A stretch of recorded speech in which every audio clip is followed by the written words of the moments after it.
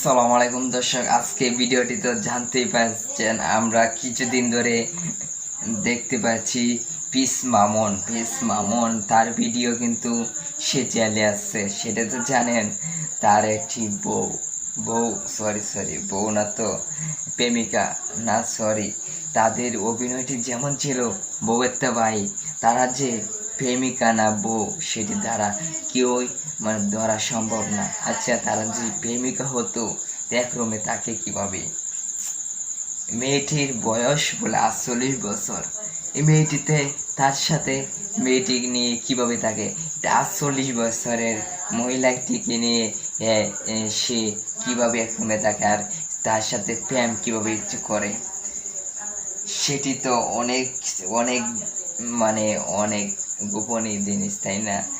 মামুন তো টাকার লোভ, মেয়ে বলে বড় লোক, মেয়ের বাসা আছে, এটা আছে, সে টাকার লোভে হ্যার মতন একটি লোক যদি এভাবে টাকার লোভে একটি মেয়ের পিছে ঘুরে, মেয়েটি তার মার বয়সের মতো মনে হয়, সরি, মার বয়সের মধ্যে কিছু মনে করবেন না।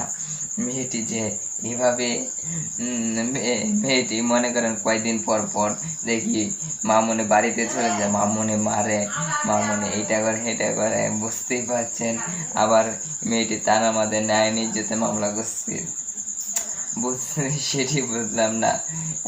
এক সময় মনে করতাম তার বউ, এখন দেখা যায় তার বউ যেটা কি বোঝা যাচ্ছে, কি যে বলবো আপনাদেরকে সেটি বুঝতে পারছি না।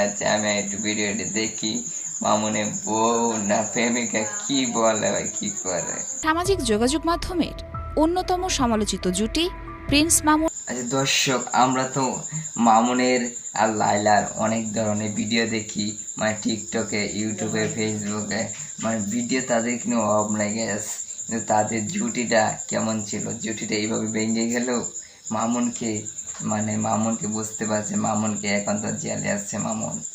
আচ্ছা, টিকটক আর মামুন সেই এত ভালো ভিডিও করে বানায় এবং চুলে গেট আপ ধরে, বুঝতেই পারছেন, চুলের রং এই রং দেয়।